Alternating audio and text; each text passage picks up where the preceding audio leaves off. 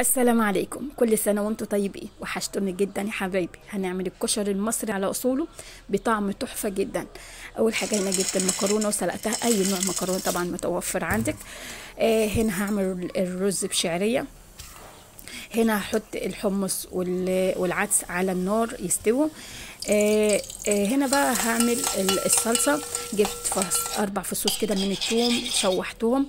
بعد كده نزلت عليهم بمعلقة من الخل. هاجي هنا هوت بقى في الخلاط، هضيف بصلاية كبيرة شرايح، 4 فصوص من الثوم مفروم، و5 حبايات كده من الطماطم، طبعا حسب الكمية اللي انت هتعمليها، وضربتهم كده في الخلاط مع بعضيهم. ونزلت هنا مع الثوم اللي انا شوحته مع معلقة الخل، وسبتهم كده يتسبكوا 10 دقايق. شايفين الجمال كده؟ خلصت طبق الكشري المصري، بجد طعمه تحفة جدا.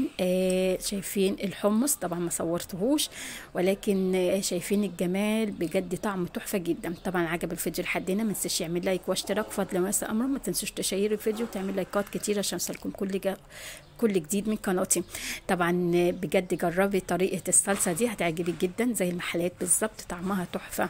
هنا بقى العدس رفعته مع النار وصفيته، وبعد كده حطيته مدة دقيقتين كده في الشواية، شوحته علشان يبقى لك زي المحلات بالظبط. كده خلاص خلصت، والسلام عليكم.